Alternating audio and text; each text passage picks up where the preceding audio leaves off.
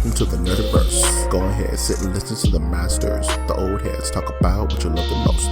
Video games, comics, movies, and everything you need to maintain your week. Got the knowledge that's straight out the ether. Gonna need a drink and have to take a seat to expand your mind and listen to the speaker. Mike and the squad's gonna give you what you need. Please send in a question, come and get some answers, learn a couple lessons from the masters with the special guests. We got the green lanterns glowing on their chest. Yes, please sit back and relax, cause we're gonna hit you with them stone cold facts. And allow me to be the very first to welcome you to the masters of the Nerdiverse.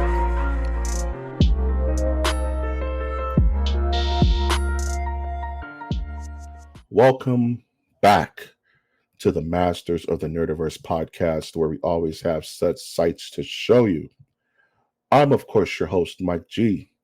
And back with me, as always, is the ultimate one. You may have seen her coaching the Cypher in El Monte.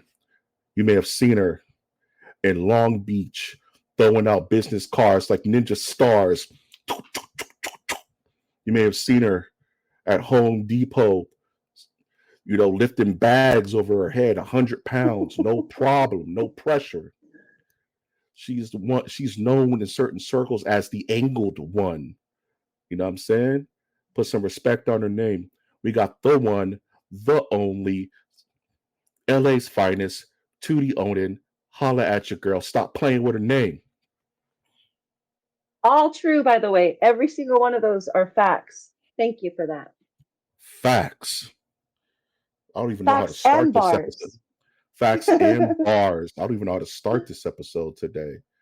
This is crazy. MOTN Top 10 is back, yo. Yay! Our fave.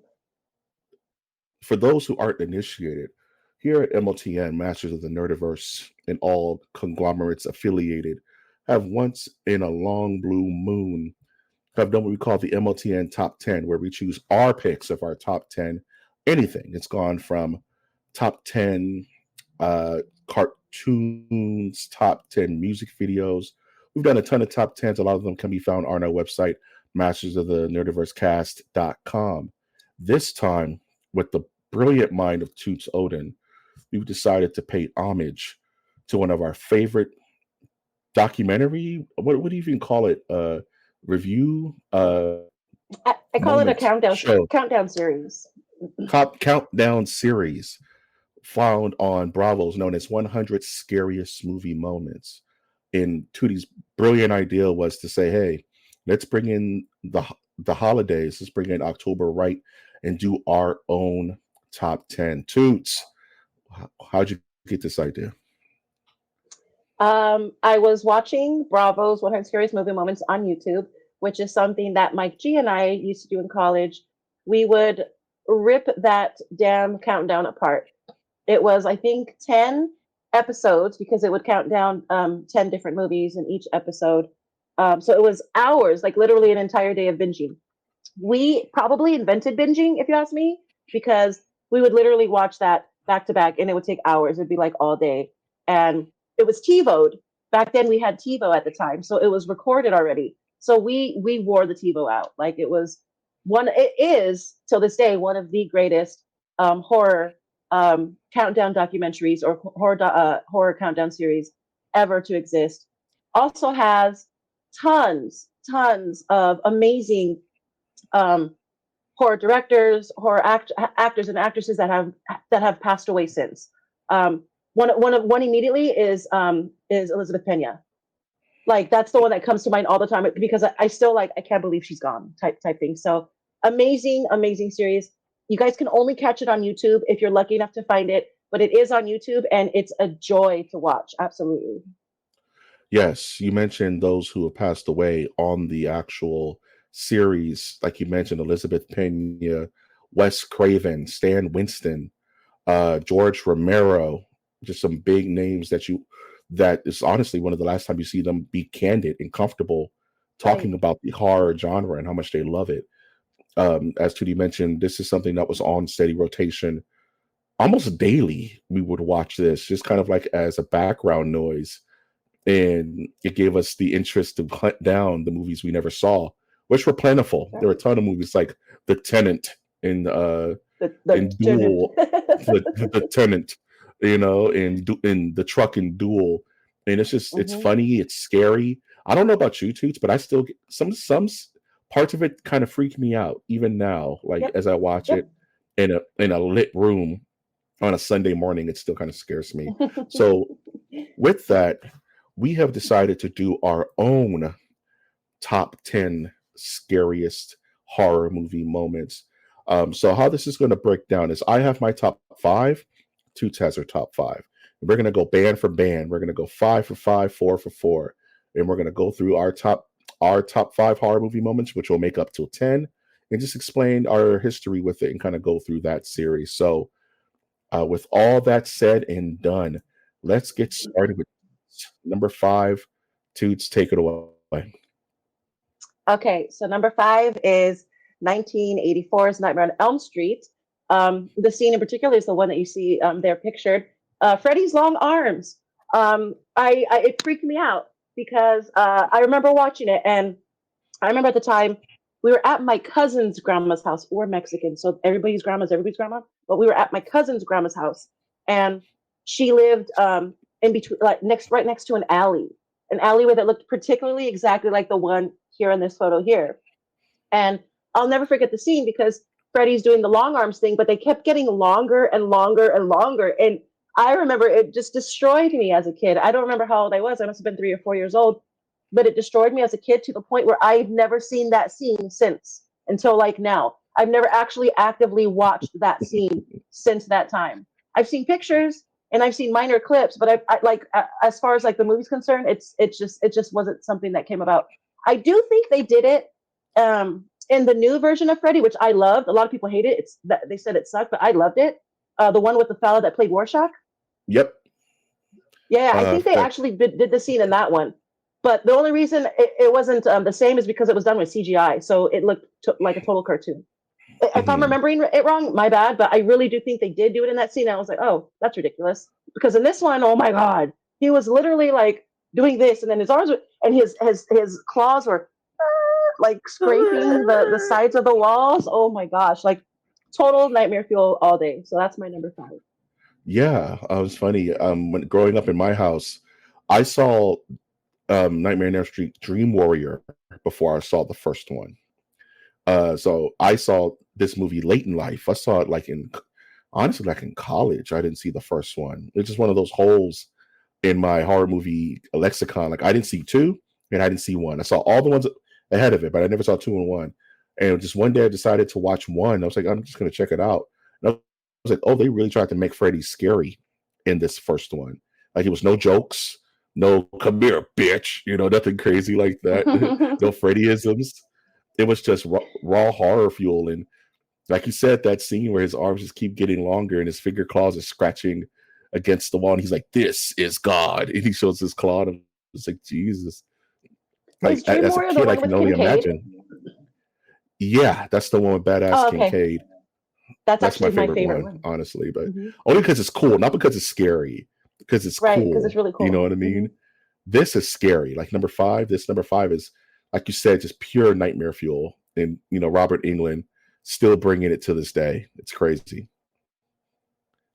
Cool beans. So let's Yeah, go to it is. my It's good. my number five, which is unconventional, because it's not a horror movie, but it scared the bejesus out of me. Um, this is Pee Wee's Big Adventure out of 1985. Pee Wee's bike surgery nightmare scene, and I haven't, like you, I have seen this scene since the first time I saw it. I don't watch Pee Wee's Big Adventure because it scares me. Like this movie legit scared me as a It is kid, very scary. Yeah. and it's not supposed to be. It's in that Willy Wonka kind of pocket. You know what I mean? Where it throws you for a loop. It sucker punches you. Between this and the clown outside the store and Large Marge, and just why are you showing this to children? You know what I mean? And as a as a kid, this was like some weird nightmare, and it's like really Tim Burton-ish in its approach, and it just gave me nightmares for weeks. I was terrified of this scene as a kid. So yeah, my number five is Pee Wee's bike surgery scene. If you know, you know. Ugh. I Oh still don't yeah, like it. I think this traumatized. I think the movie itself traumatized a lot of people.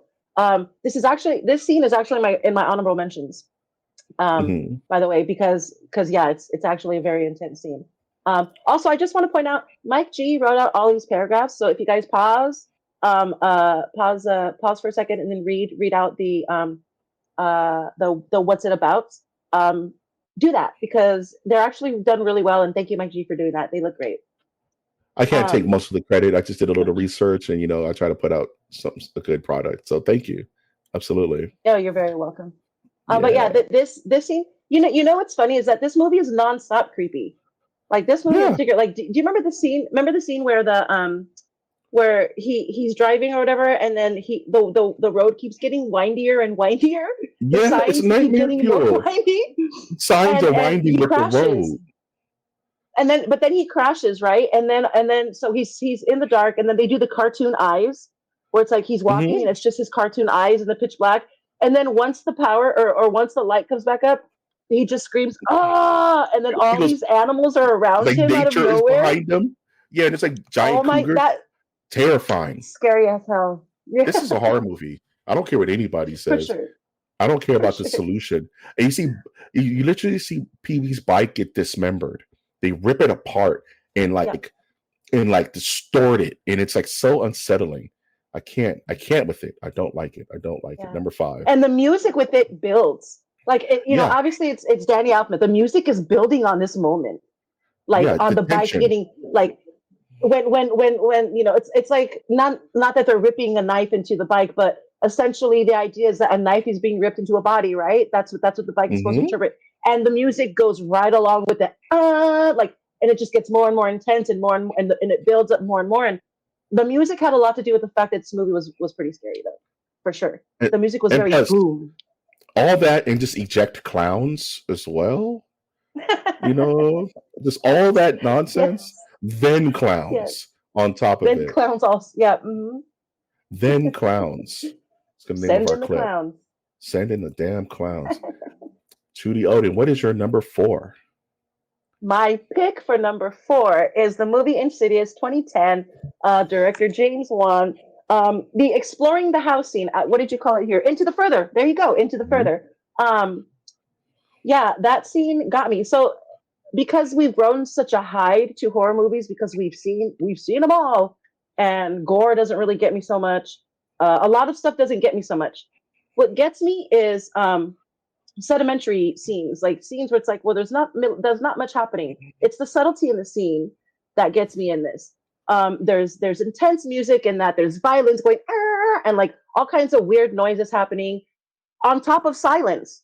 Like this entire scene is actually really silent, with the exception of the classic horror sound effects. But what gets me about it is these characters don't move in this dream sequence or whatever it is of him exploring the house and going into the further. These characters don't do anything out of the ordinary until they look at him. And when they look at him, all they're doing is staring intensely with this insane smile on their face, very Joker esque. And Mhm. it's weird because the mom is ironing and they're like this, they're watching TV and they're dressed in these 50s vintage wear where it's like you're getting to know who used to live in this extremely haunted environment, but you're understanding that these are not normal people by any means necessary. These people are here to actively take you away with them. And it's really insane because they don't do it in a way where it's like, they do it in a way where it's, hi, I'm going to Hi. get you. Welcome. Welcome. Just, it's too much for me. I haven't, after that, it was one is very unsettling, but two, there isn't very many scenes that I'm thinking about over and over and over. And that was definitely one. I was like, I can't watch that again. It creeps me out. I have seen it many times after that. I guess Insidious would be considered kind of a cheeseball movie now for a lot of Mhm. people, but to me, um, it played well, especially that specific scene where he has no choice but to go into the further to figure out how to get his son back because their son's in a coma. I don't know if he was taken physically. I don't remember that part, but the son's gone. Like he's Yeah. he's he's brain dead. He's not there. Dude's asleep. He won't wake up. So they're just trying to figure out. They finally figured out that it is demonic, and they're just trying to figure out how to fix the situation. So dad goes into the further and does his best to get his son back. And all of these people are there making sure that that doesn't happen. And again, the most eerie, strangest, most subtle way possible. In that, again, they're not moving, they're not jump scaring him. He's jump scaring himself essentially in this scene. But yeah, they're not jump scaring him. There's not real monsters outside of the evil lady with the black veil who doesn't even show up in the scene till the end. It's just these people, just these regular ass human beings with these creepy ass faces. And again, their eyes are just darting at you wide eyed, and nothing is happening. There's nothing going on up here. There's nothing going on up here. So really creepy. Isn't this the scene where they took the song like "Tiptoe Through the Window"? Yeah, I think so. Yeah, and it's like going on at the same time in the background. I don't know if it's this scene, but it's definitely this movie that brought that movie or brought that song into the creep factor. Yeah. I love this part in movies, like in horror movies. It reminds me of Ash going into the basement in Evil Dead.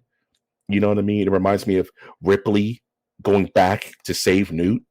You know what I mean? Get away from her, you bitch levels of like, okay, we got to go into the heart of darkness. You know what I mean? To save our kid, to save XYZ. And them just like preparing and girding their loins and being like, we're going into the further. You're not going to be prepared for what you're going to see, but you got to do what you got to do. And him going into the absolute darkness, and like you said, no big jump scares, no CGI, industrial lights and magic, just really well done makeup and a sense of dread that you can cut with a knife. You know what I mean? Those movies early on did that really well, and I think that's why James Wan was such an innovator, because he pulled horror back to actually let's just scare people. Let's not gross them out. Let's not make some giant CG monster. Let's just take it back to old school. And it worked. I mean, movies like Insidious, The Conjuring, you know what I mean? Those movies killed. And this scene alone was nightmare fuel for many people, only because it's like the idea, right? It's like these creatures feed on your life essence, and they're willing to drag you down with them to even get a taste of life again. You know what I mean? Beautiful movie, honestly. And the ending was crazy. It's so funny you bringing up Tiny Tim, the Tiny Tim Tiptoe Through the Tulips. It reminded me of Bravo's 100 Greatest Movie Moments, where Ali Roth brings up "Wheels Turning" when he was he's talking about what is it? Last House on the Left? Is that what it is? Yes, Last House on the Left. Yep. Okay. Yeah. It's like this juxtaposition. Right, the hokey music, this very wholesome song, country song playing, and they're just brutally like taking intestines out of people, and okay, yeah. Bravo. Listen, okay. ISO on mic. Hold up. ISO on mic. Hold on. We're doing this ISO. ISO on mic. So, Bravo. I say this from the bottom of my damn bleeding heart. Bring out an HD version of 100 Scariest Movie Moments. I've asked you nicely. I need you to damn do it.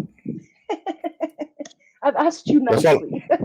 I've asked you nicely for years. I've asked you nicely.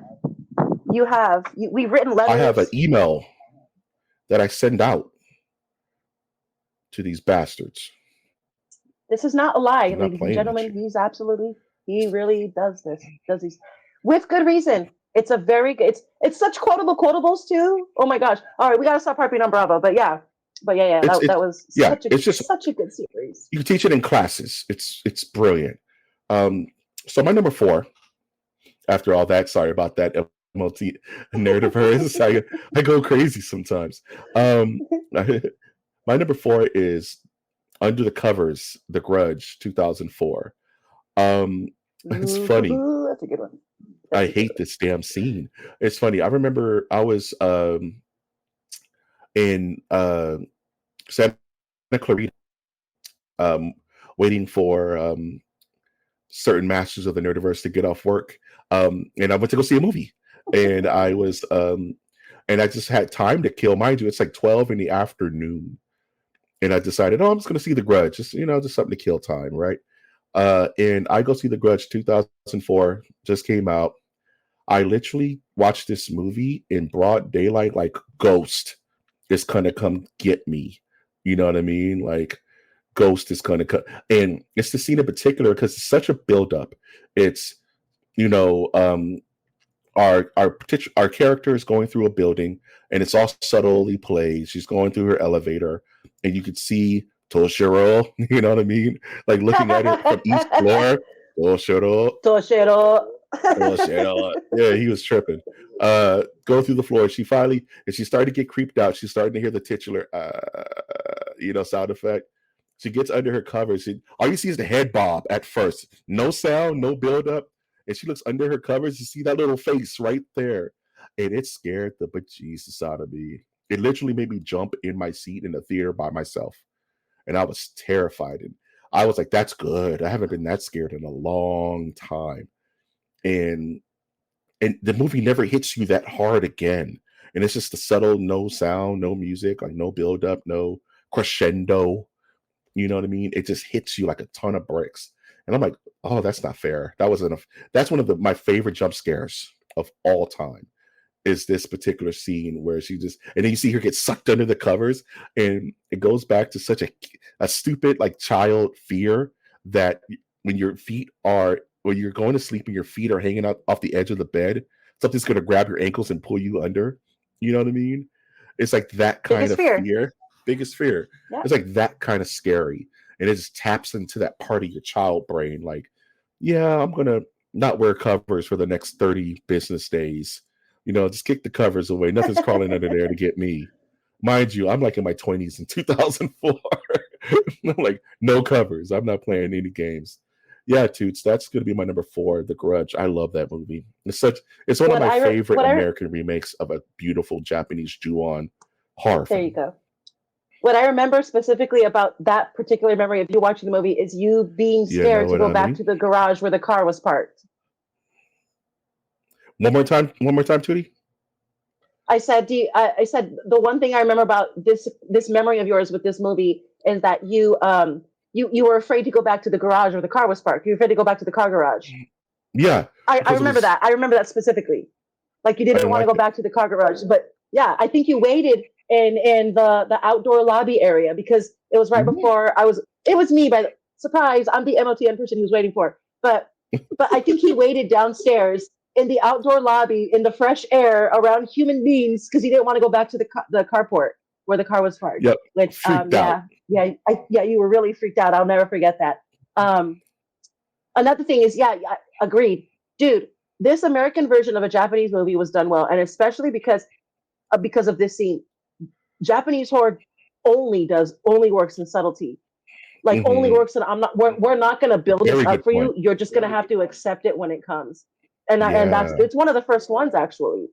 One of the first ones that I was introduced to when it came to Japanese American collaboration of horror, because dude, Asian horror is ridiculous.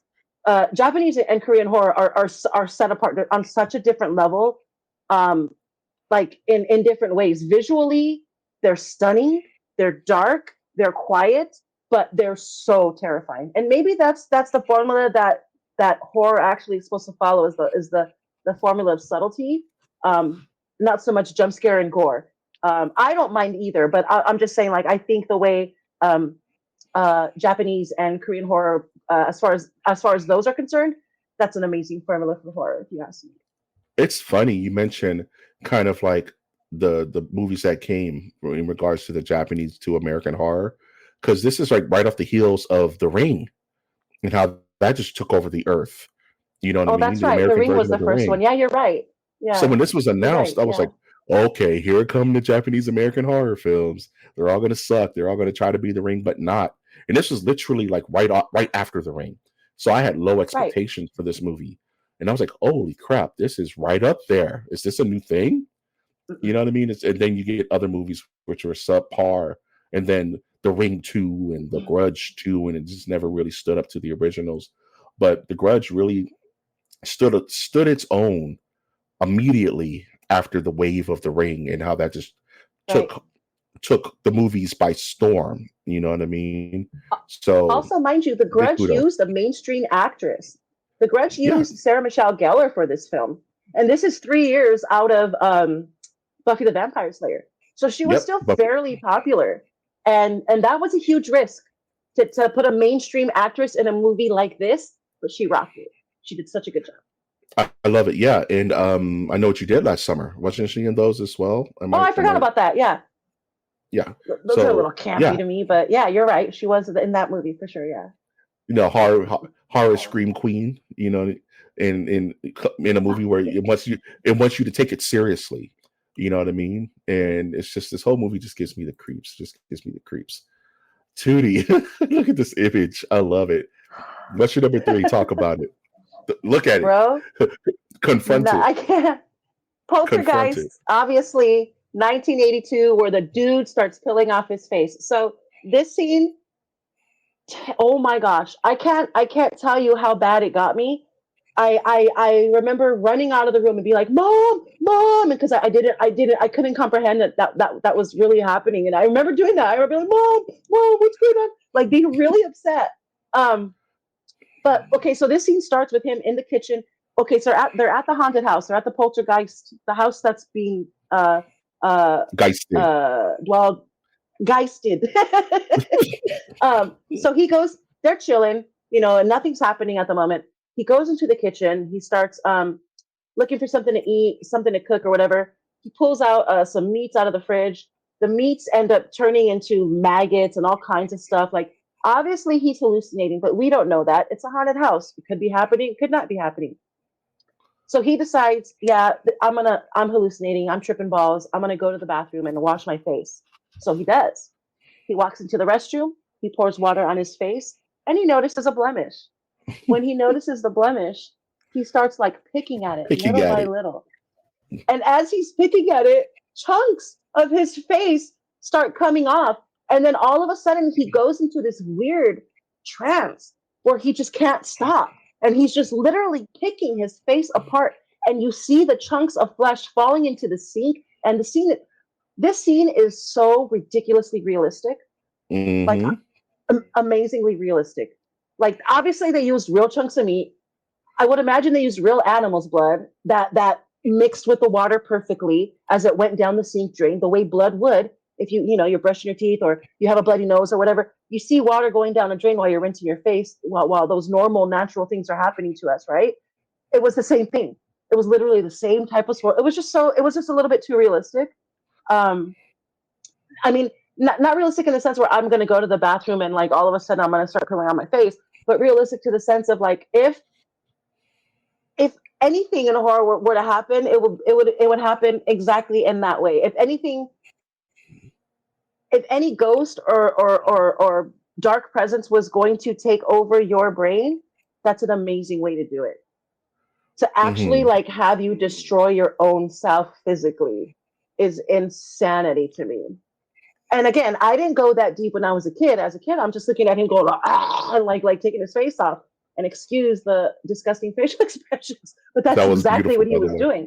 doing. Thank you. Um, but yeah, man, this scene got me more than the clown scene. A lot of people like to talk about Poltergeist and their top 10 scariest movie scenes with and it's always the clown under the bed. Yes, super terrifying. This doesn't hold the count.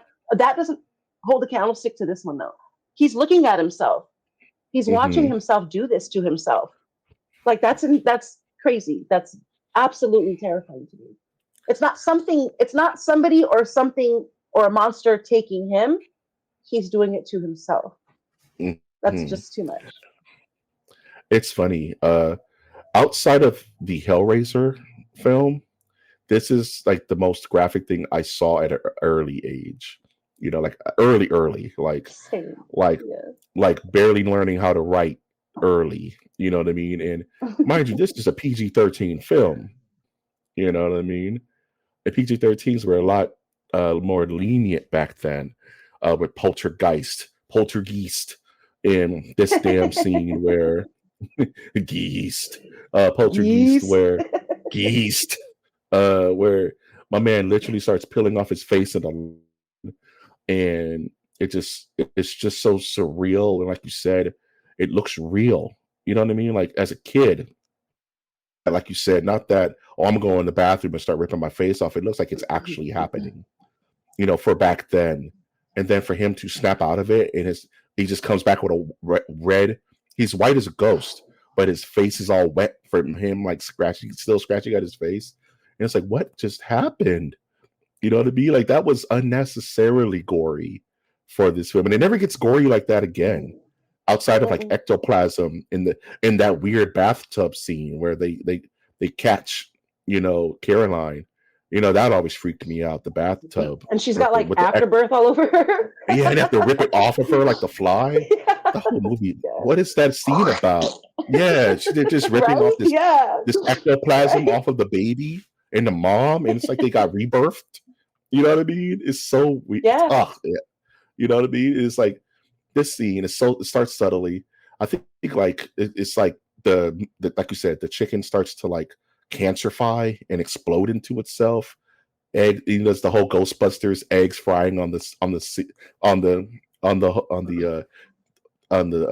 counter type effect. And this, do you remember the meat? The meat going. Yeah, it starts to across crawl. The counter like that. The meat starts to crawl, and I'm like, "What is happening?" And as a kid, he starts, and then he starts gargling on his own blood as he's ripping his face off. He's like, and I'm like, "What is?" And it just snaps out of it, and I'm like, "Yeah, this is mom. It's one of those moms. Mom, what did I just?" That's what I was telling you. What did I just, mom? Because I don't know why they even were okay with me watching that. But yeah, I ran. My mom was in the bathroom at the time. Like she was in the bathroom. I don't remember what she must have been doing face care or something. But I remember like it was me and my sister watching it. We were in the El Cerrito house. I ran to the bathroom. I was like, Mom, what was that? What's happening? Like I was freaking out. I didn't know what else to do. Like it was odd. And then it's okay. It's just a movie. And then she went back and we watched it. And then and you know how parents do the thing. You see, that's not real. That's fake. You see, it's silly. So my mom was doing all that. Yeah, you know how parents do that thing? I do that thing with the kids. So, it's called gaslighting. You know what I mean? And that's okay. We needed it. Back then was a different time. Now we would call that out. Thanks, Mom. My mom did the exact same thing. That's not scary. My mom looks at my dad like, what the hell? You're fine. You're fine. Go outside. Go touch grass. Go throw a football. My mom looks at my dad like, Jesus, we can't put that back on. That's funny. So Mikey's number 3. My number 3. That was very G'd out. Speaking of G's, just talk about the rich man. We can't say it more than 5 times, but we're not in the mirror. I wouldn't. I still wouldn't risk it. Nightmares. You know what I mean?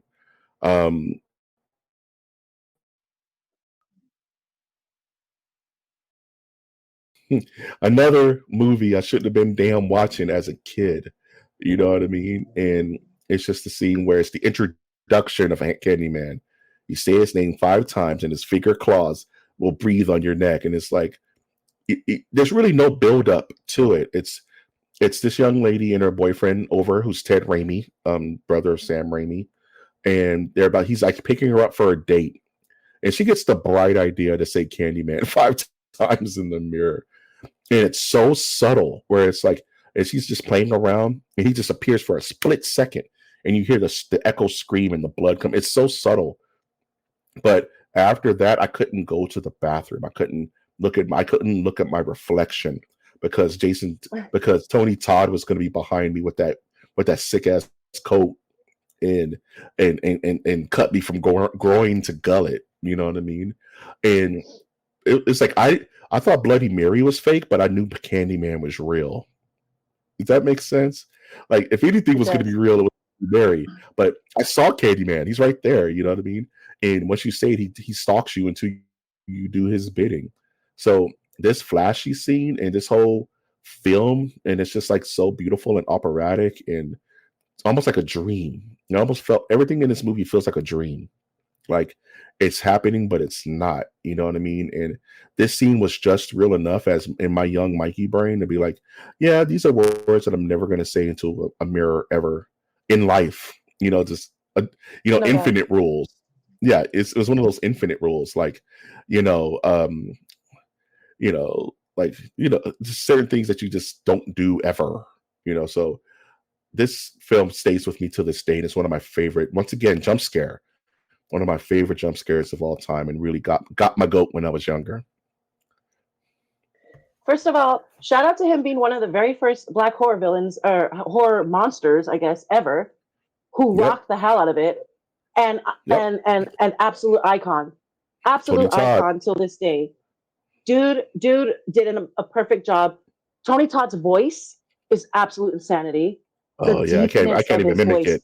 It's too deep. how he's so quiet and but also so terrifying at the same time. He means business every time he says something, and almost romanticizes Yeah, he's his not profession of mean. killing. He almost romanticizes it in this entire movie. That's Yeah, super. He's like Ted Bundy of like the horror genre, not in the sense of like he's a serial killer, but in the monster sense. Like he's so charming in a sense, like he's so like mesmerizing and hypnotizing. You're going to listen to every word that he's saying, whether you agree with it or not. You're sitting there listening because of the way he's saying it, and when did that's so hypnotic.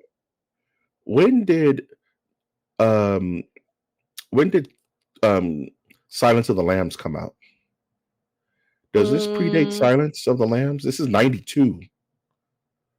I think I this think predates Silence of Silence. the Lambs came out in '93, and again, that's just me guessing off the top. It was couldn't have been later than '94, so I'm thinking it came out in '93. And if it was earlier than that, it would probably be 1990 or '91. 91. I just checked, Okay, 91. So okay, both him and Hannibal Lecter have a very similar modus operandi. Like you said, he's charming, he's sincere, he's almost sympathetic in a way, And as he's yeah, in his voice, it feels like there was Dolby Digital sound before there was Dolby Digital sound because his voice fills a room. It echoes, and you yeah. can't tell where it's coming from. It's like and it sounds like it's inside your brain when you're hearing it.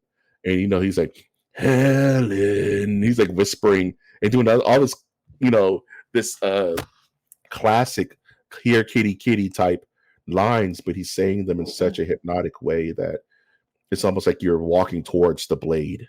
You know what I mean? Like he's And drawing you it's in. to the point where she's not saying no as much as she's saying no and like please don't. She's accepting it.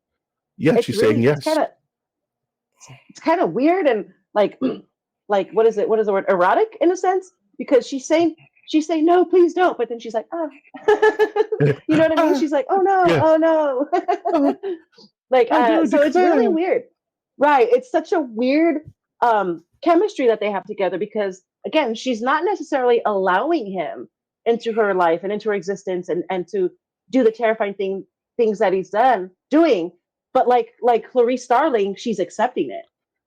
It's funny you mentioned that because we're dealing with Clive Barker here, right? Who loves to play with the line of pleasure and pain and acceptance and domination. And with this, you make a great point where she's fighting him, but she's allured by him. And at the same time, she's pulling away, but she can't. You know what I mean? And it's this cat and Right. mouse that they play. And it's almost it's so weird, but it's playing with salt and sweet at the same time to the point where you can't tell which is which by the end of it. And given the end of this movie, no spoilers, go watch Candyman 92 if you haven't seen it. But you know what I mean? If you haven't seen it, I spoilers suggest for you 20. spoil it as it's 1992. That was I'm over 30 years ago. fine. She kind of gives in to Candyman, right? She does what he says. She fulfills the prophecy. You know what I mean?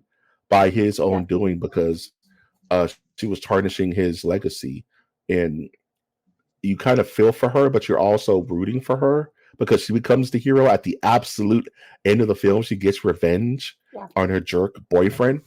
You know what I mean? So this whole movie is just so beautifully done, and just this is one of my favorite horror movie monster, like you said, one of the first African American monster, like movie monsters. He's up there with Pinhead. He's up there with Freddy. He's up there with Jason.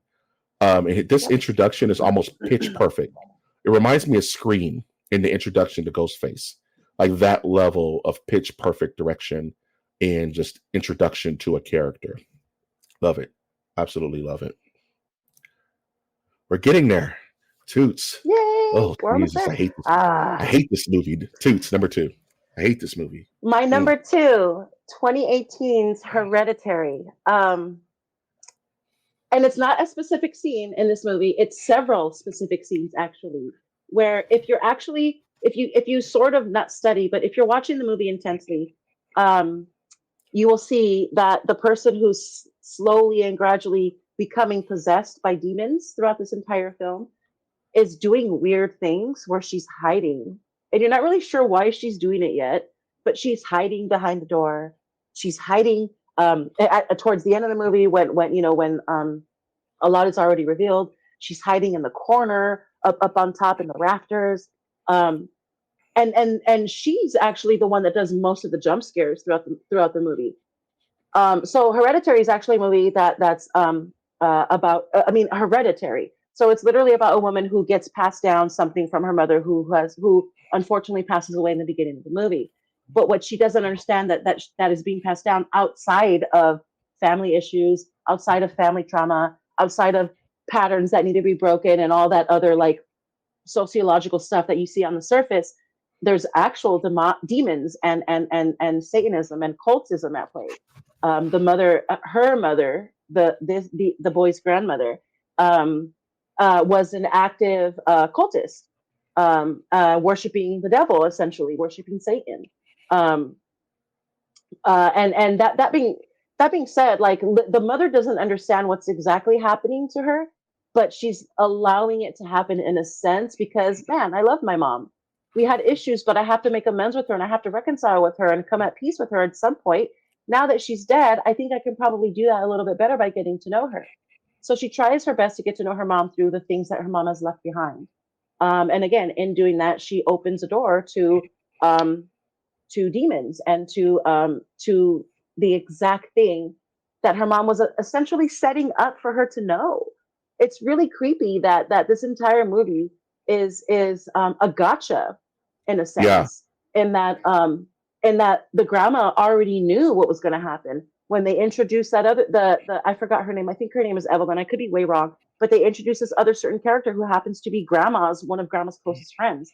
But the mother in Hereditary happens to run into her at a supermarket out of nowhere. Hi, stranger, how are you? Look, we have this thing going on, a grief class. Please join it so that you can move forward from your mom's death. Like the film is done so freaking well. This Hereditary is one of the scariest movies I've seen in a long time. To the point where I won't watch it again. It'll never happen. And I rebuke the energies of this conversation in the name of Jesus, just so you know. Like I have to put that out there, because I'm serious. That movie was too heavy, and it was a little bit too close to home when it comes to cults and Satanism.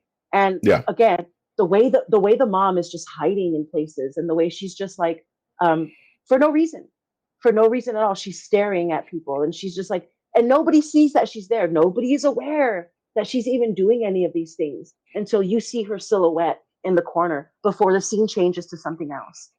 That is amazing horror, if you ask me. That is so good because one, it builds up towards the end of what am I going to expect from this point if she's already doing stuff like this. Two, you're understanding how much she's actually losing it as a mother, as a human being, as a wife.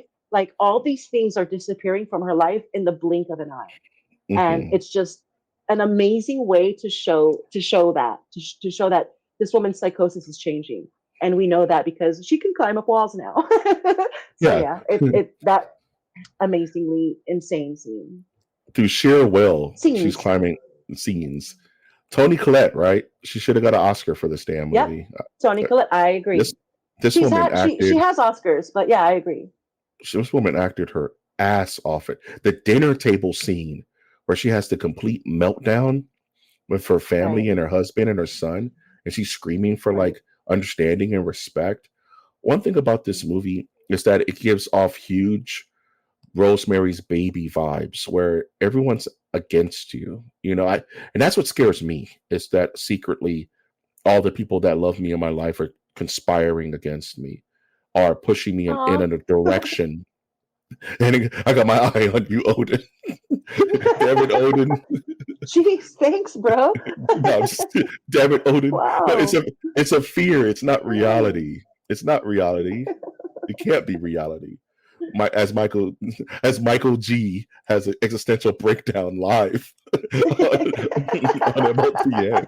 You heard it I here assure first. you, it's not reality. It's not Oh my not God. reality, not reality. No, it's just that idea, right? Of like um Uh-huh. young man who literally has no choice in his fate. You know what I mean? Like these same things are set in motion the second his grandmother dies. Since then, the ball starts rolling, and you start getting these series of unfortunate events that lead up to literally Tony Collette climbing walls and using piano wire to slit her own throat in front of her son in the dark.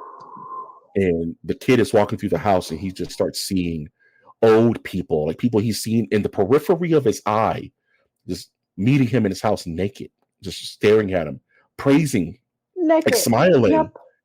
Like it's so unsettling. This movie is You know what? such You're a right. I forgot about the piano. She literally gets piano wire and she's going. yeah, and just looking She's him literally dead in the cutting eye. her own head off. Good Lord, Stop. Mikey, I Like forgot about that scene. stop it, yo. I'm by It's myself right so now. Like seriously, stop. I'm like like by okay, myself right now, we're gonna move on from this. It's just dude. this is one of like Yes, you you're said, right though. this is one of the best horror films in the last 30 years because this is a movie you watch and you're like, this is with me for like 30, 60 business days. This movie's gonna be in the back of your head. It's gonna be in every creaking door, it's gonna be in every dark corner. You're gonna see and it subtly does it, like you said, there's no grand gesture outside of the absolute end of the movie, but it's what's that in that corner? Who's staring at you? Why is that woman staring at him from across the street? There's a scene where he's in class and one of the old people, one of the cult leaders, is literally staring at him from his class window from across the street, just standing there, Yep, super doing the unassuming. wave. That's it. It's so gross. Hey, It's so hey, gross. hey, Payman. You know what I mean? No, It's so gross. Yeah. No, and no. I won't. This one is still a little bit more recent, so I won't. There's a lot that I don't want to spoil, but you're watching certain scenes throughout the movie. It does gradually start to get worse. Tragedies do actually happen in the most grotesque, disgusting way, Out of and control you ways. out of control. And you're just wondering, well, how can it get worse from here? And It then it gets can. worse from there. Like Yeah. If you haven't seen Hereditary. Hereditary, watch it. Jeez Louise, Hereditary. My number two Yay! still gives me chills to this day. And it's a little movie called The Prophecy, with starring one of his only starring roles, Christopher Walken. And it's about rogue angels who are trying to resurrect the most gnarliest human on earth to run their army against God. And our hero is a priest who's lost his faith, who has to find the will to stop the archangel Gabriel. He has to fight. He has to stop the archangel Gabriel because he's conspired against God. Just little heads up. Mike G is a God fearing man. Went to church. You know what I mean. All that good stuff. So this hit. When I say this hit close to home, as a kid, mind you, this is 1995. It brought out every single fear of going to hell that I ever had. It's just this movie is so well done in regards to these are angels. They're supposed to be scary. You know what I mean? Biblically, they're Wow. supposed to, they're supposed to drive fear into man, but then give you the reassurance of God. But no, not these angels, because they've had enough. They're over humans. And Christopher Walken is this example of an angel that knows too much. And there's moments, it's like when you were born, I was the one who put that little indentation in your lip. You know what I mean? Just telling people this and whispering secrets in the depiction of angels in such a barbaric way stuck with me for years because it was something that, growing up, you think they're all sweet and they have little halos with wings, but no, these are vicious animals that are powered by angelic right. You know what I mean? And they don't have your best interest in mind. We're gonna start the war. We're gonna start Armageddon, pretty much. Leading up to I'm like, this is so damn scary. There's the scene where they actually find the corpse of the worst human ever, and all the players are there. Gabriel's there. This poor human, he turned some poor guy into a zombie, like the living dead, like a corpse, but he's still walking around, and he's like his soul is damned. That scared me as a kid. Our main hero, Indian shamans, you name it, they're all there, and they're about to have the final showdown, and they're going to lose. We're going to lose. The human race is going to lose. But who saves the day? Lucifer himself.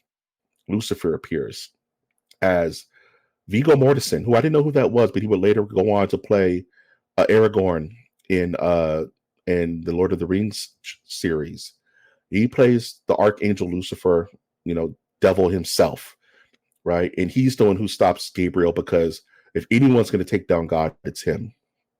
So out of sheer spite, he stops Armageddon, and he appears in half shadow, as you can see by this picture, in all black as a normal looking person. And that wasn't as scary as first, until you see an actual demon on the side of him, like the only supernatural real thing you see in the whole movie, creeping from around him.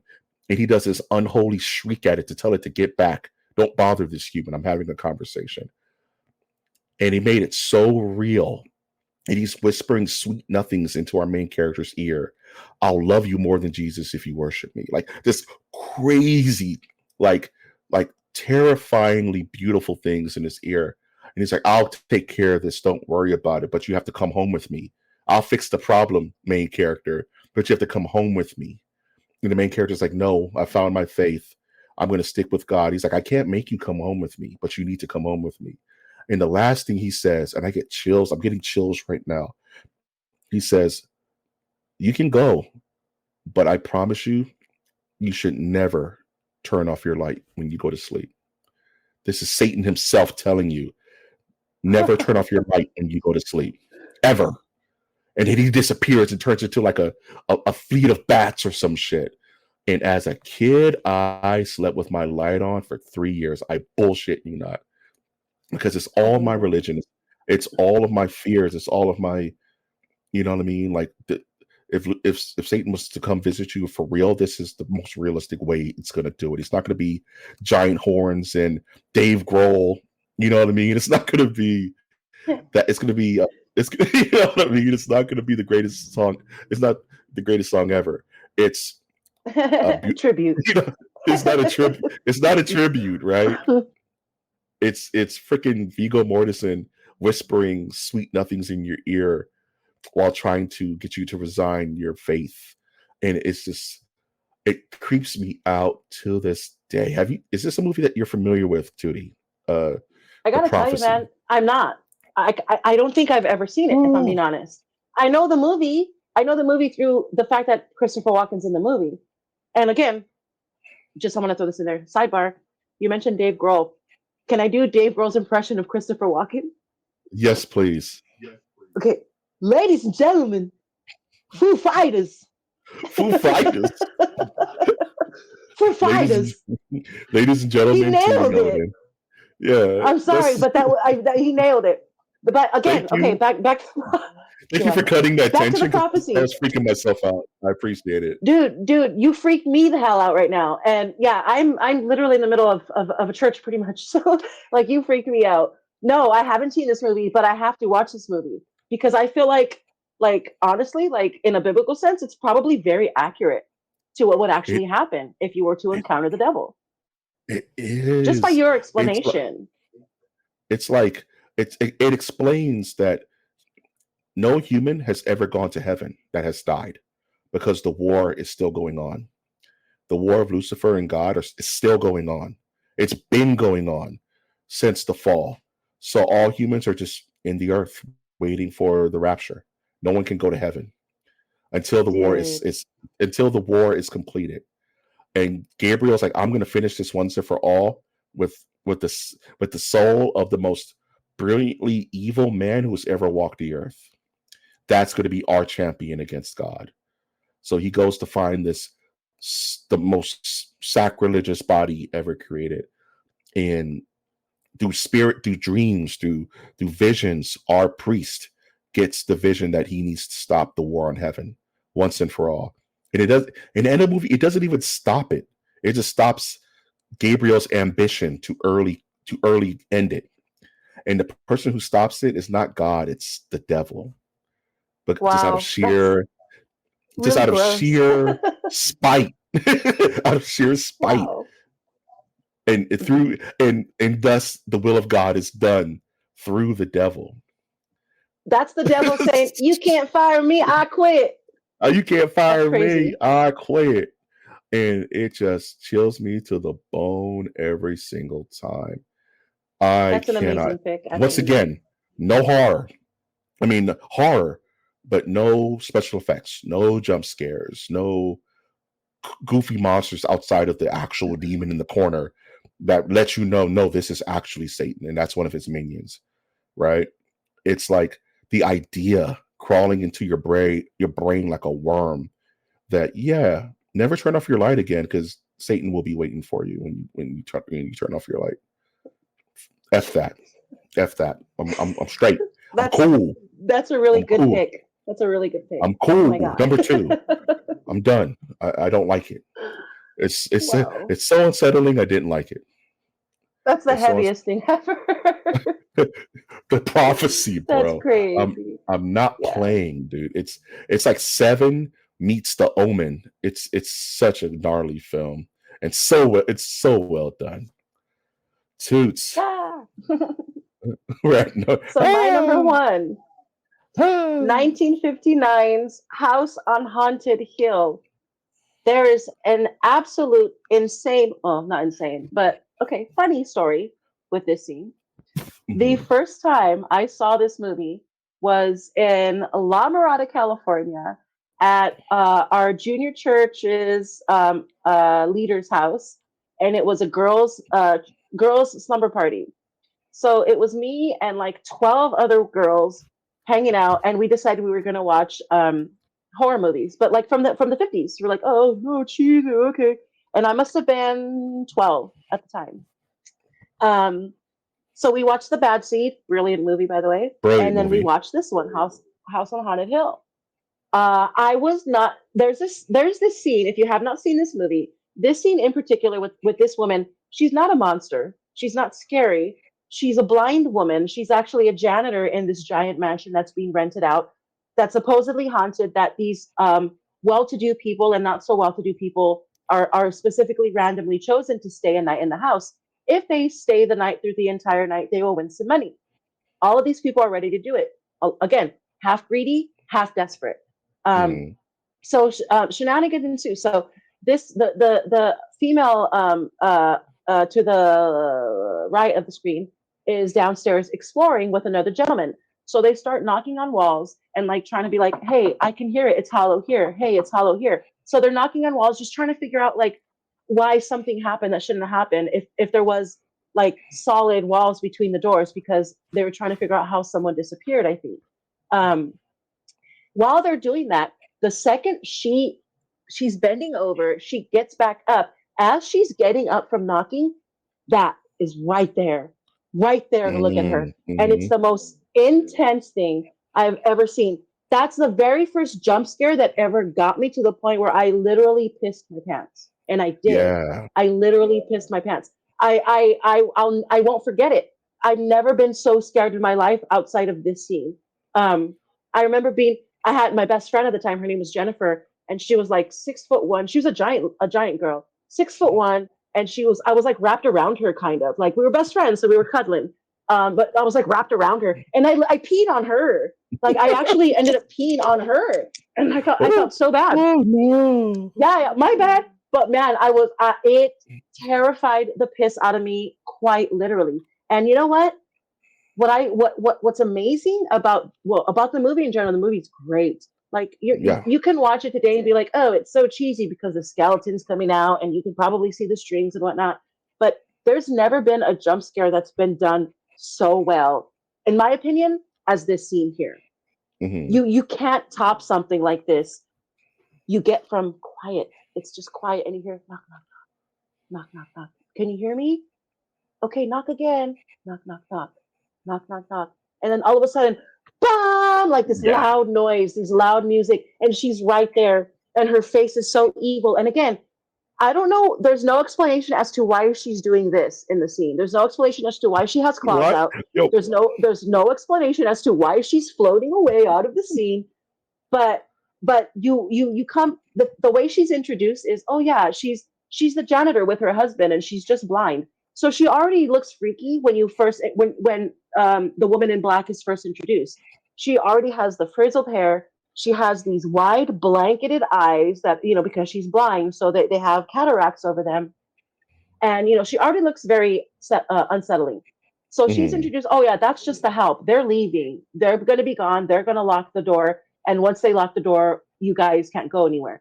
So we have to assume that they're gone already, because that's what's being set up. That's what's being told to us. So when the other two go down to the cellar and start studying around and exploring and knocking on walls and shit, you're obviously not going to expect to see janitor lady coming down and scaring the hell out of her. Again, no explanation as to why this is happening, but it doesn't really matter because it worked. It absolutely works. What it does is this is the very first scene that sets the tone for the rest of the movie. Now, there isn't Mhm. any other scene specifically that's as scary as this scene, but you can understand that this movie has no predictions. There's no way to understand what's going to happen next after something like this, and that's terrifying. That's absolutely 1,000% terrifying. Number one, yo, it's interesting. I saw this movie once again later in life. I was more familiar with the House on Haunted Hill remake with Jeffrey Rush and Also, Tay just as good. Diggs. I love that I movie. loved it. It's so creepy. Hmm. Um, and I wasn't really brought. This wasn't brought to my attention. Funny enough, until we became friends many, many, many, many years ago, and you told me this exact same story. I was like, no way. And I ended up watching the movie and it got me damn too. It's like the subtle knocking, and then the woman is there, and then she floats out. The quote, "100 greatest movie moments." She floats out on a skateboard or something, She and does just like that. Ugh. yeah, it just doesn't make any sense. And they do a close up of her face, and she's like freaking out. You know what I mean? Just long enough to get that good scare out. Perfect set, perfect setup, perfect punch. It's how you do it, right? It's misdirection. Knock, knock, knock. Okay, knock, knock, knock. Make it so that it's rhythm. Make sure that you're rhythmically secure, and then bam, it just hits you. You know what I mean? And I love this movie so much. I have a poster of it in my home. Like I have a giant poster of this version with Vincent Price and the story of these desperate people have to spend the night in the house on Haunted Hill. If you can make it through the whole night, you get the check of $10 or whatever was a ton of money back in 1959 or whatever of the I think it was ten $300. It thousand. was like $10,000. I think it was ten Jeez, I thousand. wish. Yeah. And wackiness ensues and floating skeletons. But nothing hits, like Tootie said, nothing hits you harder than this damn jump scare with this witch. And she just blindsides you. And after that, you're just kind of on edge for the rest of the movie. All right, what else can this movie from 1960? How are you gonna get me next time? You got me the first time. I let Right. that one slide. How are you gonna get me this time? And it just sticks with you. You know what I mean? What's crazy is you don't see this woman ever again. She's not a recurring monster or anything weird like that. No, she just jacks you up and breaks out. She's not even on the poster. She's not even on like the OG poster. She comes out of freaking nowhere and just jolts you and then runs away and floats away. Like Team Rocket, she gets up out of there. You know what I mean? So excellent number one. And for Yay. those younger people, check out House on Haunted Hill. I think you'll really get a kick out of it. It's fun. And even though we're telling you about this jump scare spoiler, it's still going to get you. I promise. It's still going to get you. It sets Yep. itself up so well that you can know what's coming and it still jack you up. Let us know if it scares you so we can make fun of you. Let it know because we will make fun of you and point, and you guys can make fun of me for this number one because this looks goofy as hell in retrospect. But I don't give a but I don't give a shit. This is my number one scare moment of all damn time. 1995, Tales from the Dark Side, the movie. What is Tales from the Dark Side, the movie? It is a horror anthology of about 4 different stories. The first story is about a mummy with Emilio Estevez, I believe, or something like that. The second, um, Emilio. Emilio. The second one is about a evil cat from hell. The third one, I want to say, is about Jesus, on the tip of my tongue. But the fourth one, the last one, is called Broken Vow, and it's about this ghoul monster here. When I tell you, and this is once again things I shouldn't be watching at like 9 or 10 or whatever. This thing gave me nightmares and made me not watch this movie for about a decade. It's so well done that I'm gonna set up the scene for you because a lot of people aren't gonna know what this is. You know what I mean? It's not some classic movie. This is pure nightmare fuel, Inglewood, California, Mike G served up on a damn plate. You know what I mean? So it's you open with a gray gargoyle sitting perched on a building, normal gargoyle made of stone. Guy's at a bar, he's drinking his woes away, and he's an artist. I'm an artist, and he's failing. He's a failed artist, and he's getting out. Him and his buddy are stumbling drunk out of a bar at 3 o'clock in the morning. And for some reason, this gargoyle decides tonight is the night. I'm going to bother this man. And the gargoyle appears in shadow like this. And immediately, and all you see is the silhouette of its body. And it's the most unhuman thing you've ever seen. It has reversed knee. You know, like how werewolves have reversed knees. You know what I mean? Like their legs are inverted. Has inverted knees, has a crazy wingspan, has this. I can't look directly at it. It's jacking me up. I can't look directly at it. Its face, and it has this weird, beautifully double joint. Its voice is double jointed. If that makes sense, it talks like this. It has like this woman man voice at the same time, and it's crazy. It kills the first guy. One hit, boom, he's out. His head gets decapitated. The monster can talk. It corners him, and mind you, it's this close to the camera the whole time. So as a kid, you can't escape it. You can't look away, and it tells him you have to promise for the rest of your life you'll never tell anyone what you've seen. You'll never draw it. You'll never mention it. You'll never speak what I've spoken. You'll never revert. You never talk about this for the rest of your life, and I'll let you go. Right. And the guy says, I promise, please don't kill me. And it says, cross your heart. And it leaves a giant scar in his chest, laughs and flies away. 5 seconds later, he runs into the love of his life in the same alley, right? Radon Chong, one of her first movies, Get a Taste, and they end up falling in love and having the best life ever. Comes to damn find out 10 years have passed. He becomes the ultimate artist. They have kids, him and Radon Chong. And he finally buckles and tells her what happened that night, the night that his life changed. When I tell you one of the best, scariest movie moments ever is when Radon Chong reveals she was the gargoyle the whole time, keeping tabs on him, making sure that he never said anything to anyone, and transforms in real time right in front of him. You fucking idiot. Why did you tell? I told you to never tell. She starts transforming back into the demon gargoyle. The kids start transforming into gargoyles. He's freaking out, right?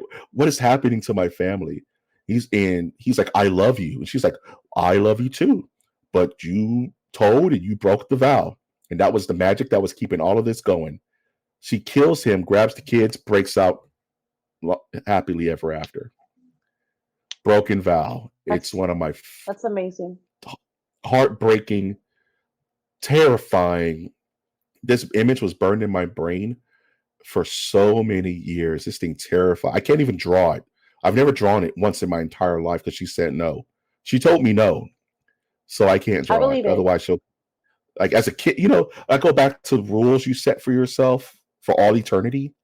You know what I mean? Can't say Candyman 5 times. Can't draw this thing. Otherwise, you summon it in some kind of weird way. Tales from the Dark Side.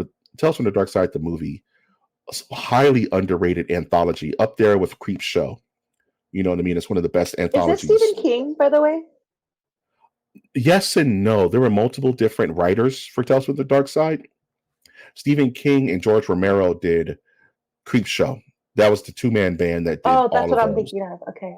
Yeah, these were written by other horror writers at the time. This was technically supposed to be Creep Show 2 when it first was pitched, but they couldn't get the rights, so they got the rights of Tales from the Dark Side, which was for those an 80s horror TV show like Tales from the Crypt. It was like there's a whole show, like multiple seasons of Tales from the Dark Side, and this was their movie. And then this was the very last part of the anthology, outside the Cat from Hell, outside of you gotta watch Cat from Hell, it's great. Scary, actually.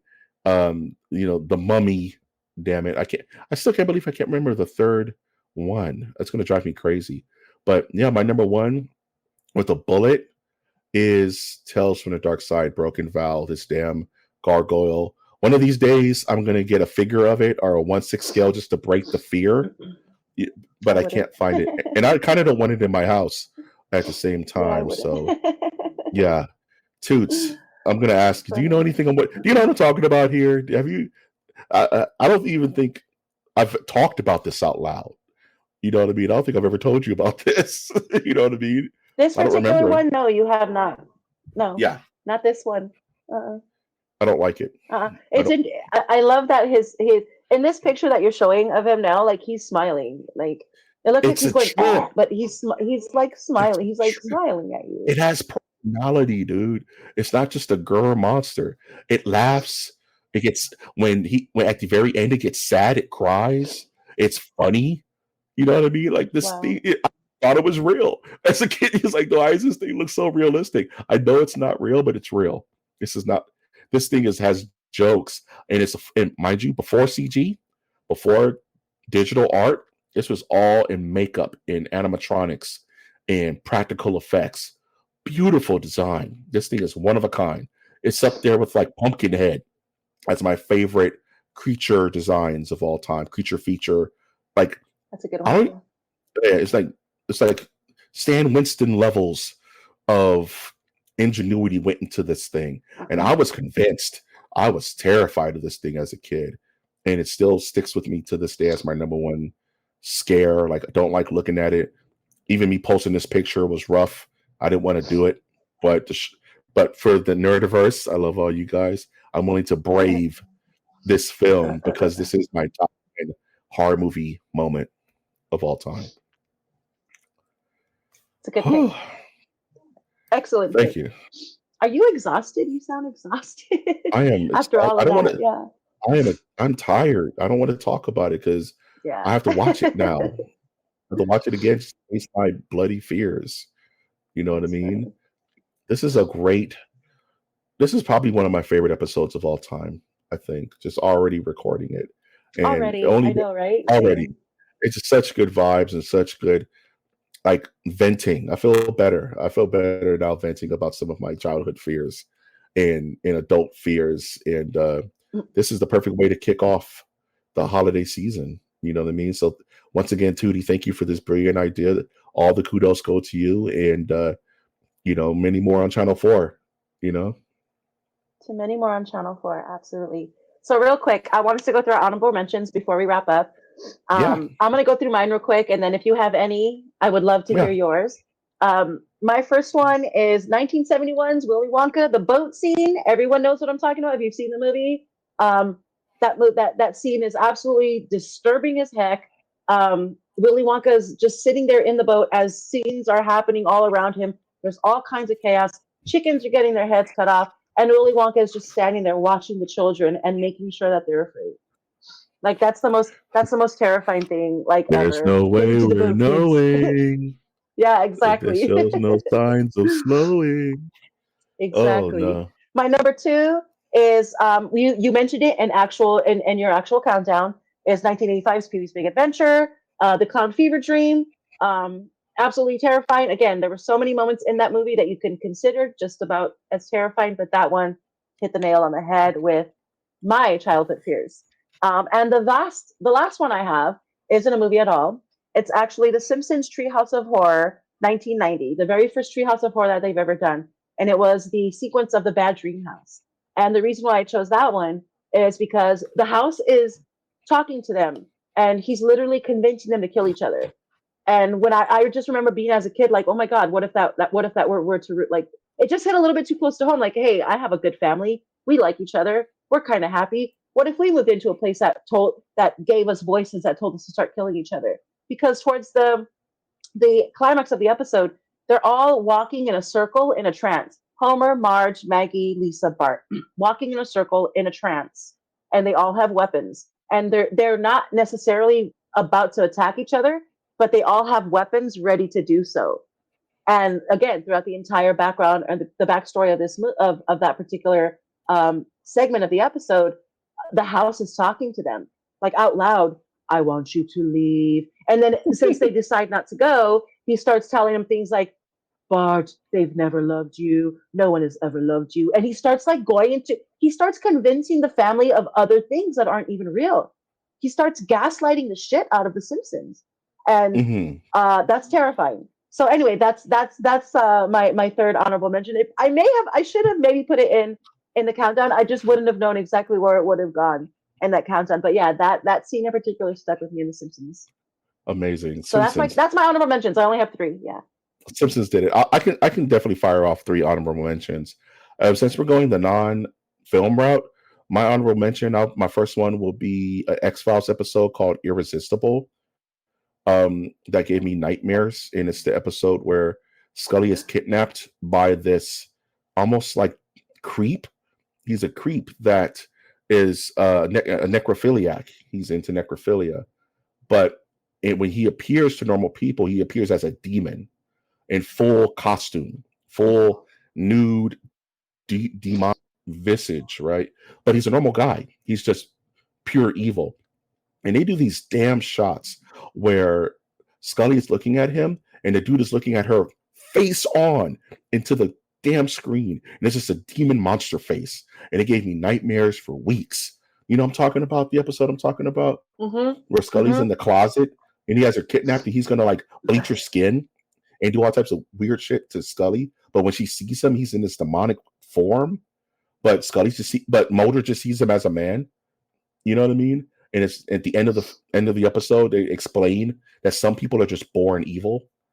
You know what I mean? And they show a picture of him as a kid, looking all evil and creepy, irresistible. I can't watch that episode to this day. That's honorable mention. No, don't like it. I don't like it. Exorcist, another honorable mention, and it is the black and white face that appears, that flashes, not necessarily any of the Regan stuff or the crucifix scene or the spinning heads. It's the scenes where the mom is doing stuff around the house and you see Pazuzu's face in white face, ugly eyes, a yuck mouth in shadow, and it's always like a split second. That freaked me out as a kid. I don't like the way that face looks. You know what I mean? Not almost like your Hereditary choice. It's like it's not necessarily a scene, one scene in particular. It's just this looming evil that's over the film, and you can see its face. Like when she's okay.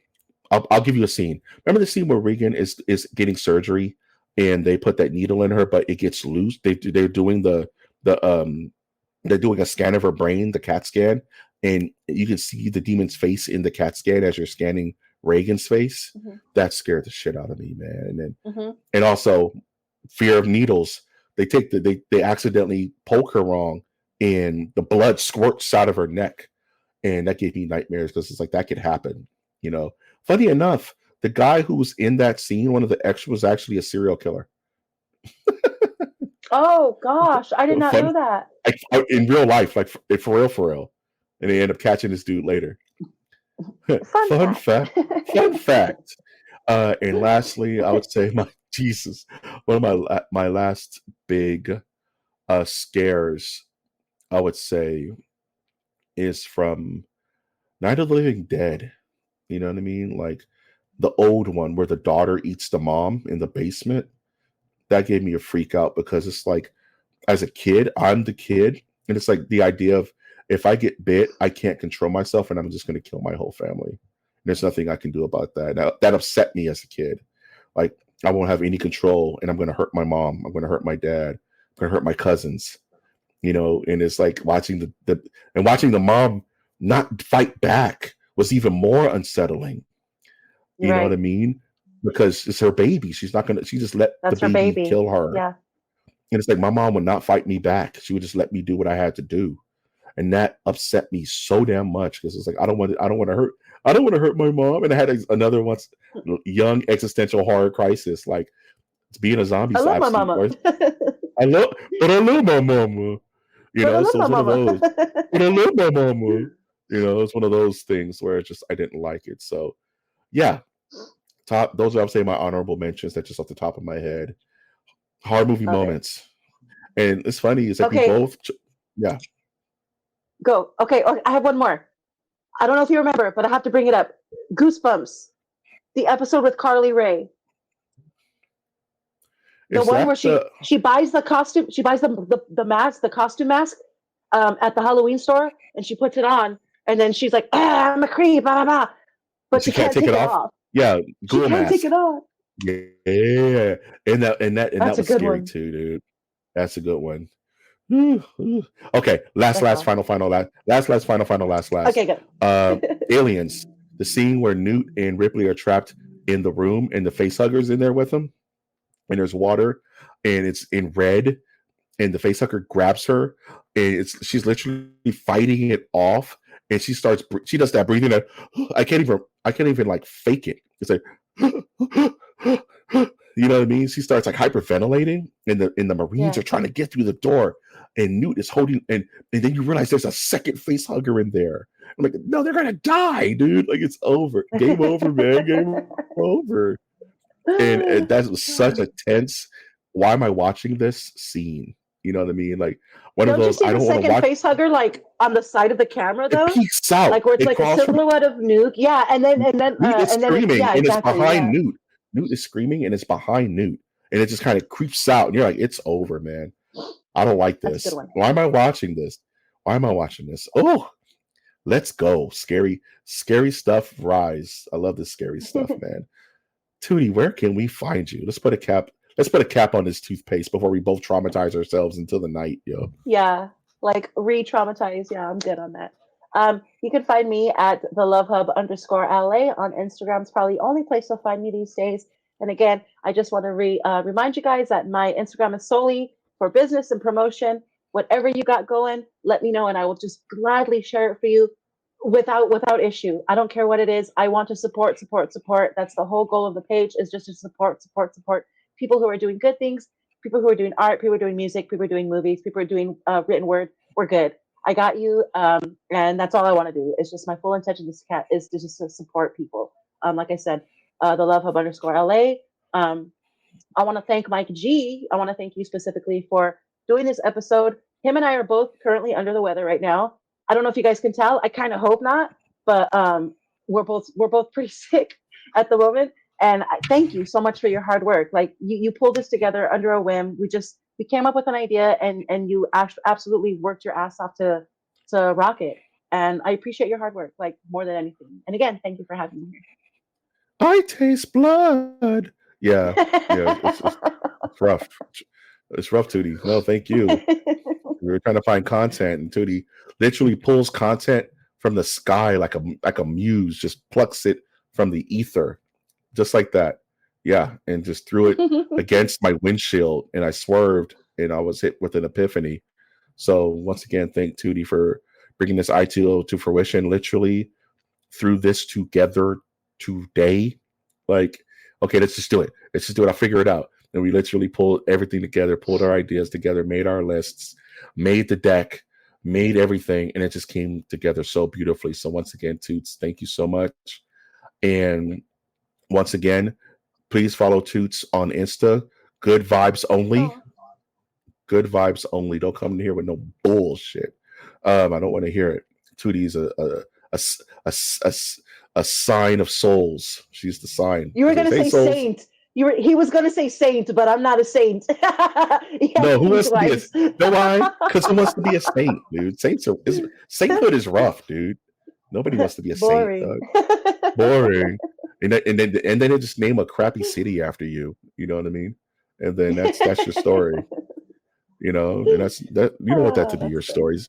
She is the sign of souls. She's not a saint, because that's a Oh. boring existence. So once again, you can find this on YouTube, because we're taking YouTube by storm. What's coming up on the channel? This episode is coming up very shortly. Don't want to timestamp it too much, but always be excited for MOTN Live on Fridays. Come through. We just hanging out. There's no themes. There's no reviews. It's just vibes. We're just gonna hang out and cuss and talk about things and goof off. And I may wear funny hats sometimes. Toots may show up with like weapons. It's gonna be great, dude. Like just come through. There's special guests if they decide to show. You know what I'm saying? It's a whole lot of fun to be had. So please check out MOTN Live on Fridays at 7 p.m. Pacific Standard Time. Where it's an hour. It's a hot hour, and you never know what's gonna happen. Ask questions. Jump in the chat. If you want to be a guest, hit us up on Instagram. Let us know. And if you match the vibes, then you can be on the show. We're looking for a few good people to join the Nerdiverse. So this is a shot across the bow to everyone who's interested. YouTube, Spotify, Instagram, putting up artwork, putting up lives, putting up reels, anything we can figure out. We're trying to make this channel work. So once again, thank you, Nerdiverse, for holding us down. I've, of course, been your host, Mike G. She's been Tootie Odin. And there's no real exit to the top tens. So I'm going to make one up right now on the fly. Zip it up and zip it out.